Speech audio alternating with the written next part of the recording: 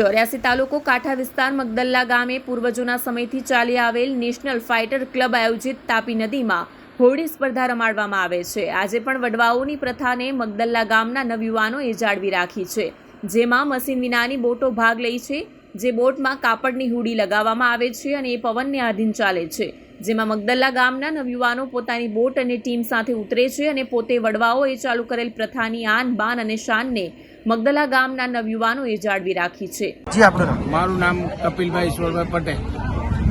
આજથી આ જે હોળી લગભગ 55 થી 60 વર્ષ કોમ્પિટિશન ચાલતી આવેલી છે અને એ આ હોળીનું મુખ્ય કારણ છે, જે ટાઈમે આપણે પાસે ગાડીની સગવડ નહીં હતી તે ટાઈમે મોડાની જાત્રા જતા અને એ મોડાની જાત્રા પટ્ટી પછી ત્યાંથી આવતા, એટલે ત્યાંથી આ હરીફાઈ કરતા, ત્યાંથી ચાલતી આવેલી છે હોળી।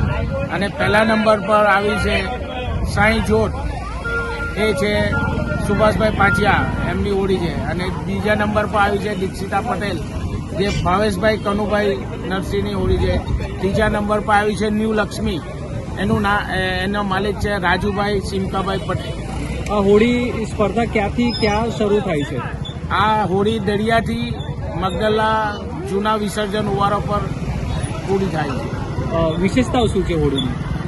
વિશેષતા કપડાં, આમાં કેવું કોઈ એન્જિન નથી હોતું, આ એક કપડો જે રીતે પવન હોય તે રીતે એને ચલાવવી પડે અને બહુ કઠિન એ છે। આમાં બેલેન્સ કરવા માટે ગુણીઓ રાખી હોય છે, 20 ગુણી, એને આમથી આમ ફેરવવું પડે છે। 8 માણસો એને હેન્ડલ કરે છે